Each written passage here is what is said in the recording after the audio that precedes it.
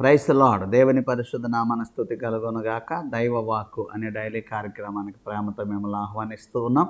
బాగున్నారా? దేవుని కృప మీకు మీ కుటుంబానికి నిరంతరం తోడై కాపాడునుగాక. ఈరోజు వాక్యం నిమిత్తం కొలస్సీలకు రాసిన పత్రిక 2వ అధ్యాయం 9వ వచనాన్ని మనం చదువుదాం. ఏలయనగా దేవత్వం యొక్క సర్వ పరిపూర్ణత శరీరముగా క్రీస్తునందు నివసించుచున్నది. ఆమేన్. ఎంత అద్భుతమైన విషయాన్ని పౌలు గారు ఇక్కడ బయలుపరుస్తున్నారు. దేవత్వం యొక్క సర్వ పరిపూర్ణత అంటే దేవునికి ఉండవలసినటువంటి పరిపూర్ణ లక్షణములు శరీరముగా క్రీస్తునందు నివసించుచున్నదంట. అంటే క్రీస్తులో అవన్నీ ఉన్నాయన్నమాట. అంటే ఒక దేవుడు ఎలా ఉండాలి అనటానికి నిలువెత్తు నిదర్శనంగా మరి యేసయ్య మనకి కనిపిస్తున్నాడు. చూడండి, చాలామంది అనుకుంటాం మరి దేవుడు గురించి అందరూ కొన్ని అవగాహనలు కలిగి ఉంటారు. దేవుడు ఎలా ఉండాలి, దేవుడు అలా ఉండాలి, దేవుడైతే ఇలా ఉంటాడు, దేవుడైతే అలా ఉంటాడు. అలాగే చాలామంది దైవభక్తి కలిగి దేవుని నమ్ముకుని వెళ్తూ ఉంటారు. ఆ దేవుడు ఇలాంటి వాడు అని చెప్పుకుంటాం. అయితే దేవునికి ఉండవలసిన స్వభావాలు, దేవునికి ఉండవలసినటువంటి ఆ యొక్క గుణాతిశయాలు క్రీస్తులో సర్వ పరిపూర్ణత మనకు కనిపిస్తూ ఉన్నాడు. అంటే దేవునికి ఎంత పరిశుద్ధత ఉండాలో అది యేసయ్యలో ఉంది. దేవునికి ఎంత విధేయత ఉండాలో అది యేసయ్యలో ఉంది. దేవునికి ఎంత వినయం ఉండాలో అది యేసయ్యలో, దేవునికి ఎంత త్యాగం ఉండాలో అది యేసయ్యలో ఉంది. చూసారా? అంటే ప్రతిదానికి యేసును మనం ముంగుర్తుగా తీసుకోవచ్చు అన్నమాట. యేసు 100% దైవత్వం కలిగి లోకంలో జీవించారు. ఆయన శరీరధారిగా లోకంలో జీవించినప్పుడు 100% దైవత్వపు లక్షణాలతో మరి 100% దేవునిగా జీవించాడు. దేవునికి మహిమ కలుగునుగాక.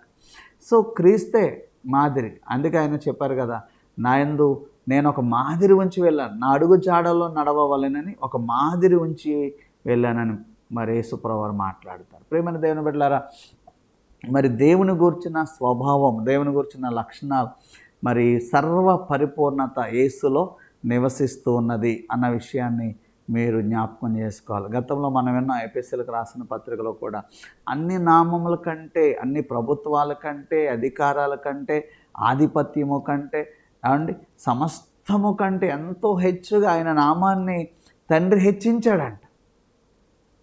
అన్నిటికంటే పైగా హెచ్చించాడు.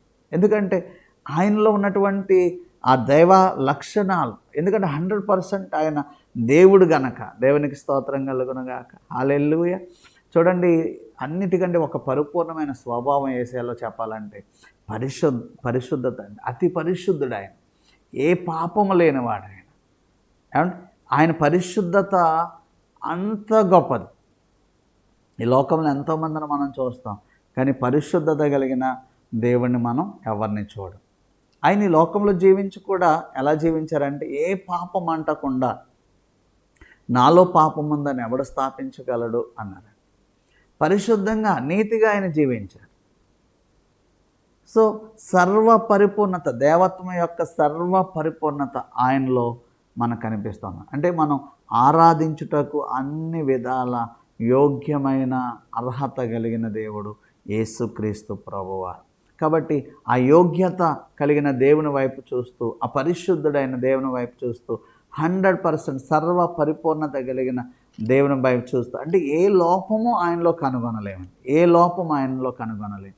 లోపం లేని దేవుడు అన్నమాట. సో ఆ యేసు ప్రభువారిని మనం అందరం గనపరుద్దాం. ఆ యేసయ్య దేవుని కృప మీకు అందరికీ తోడయ్యుండునుగాక. ఆమె.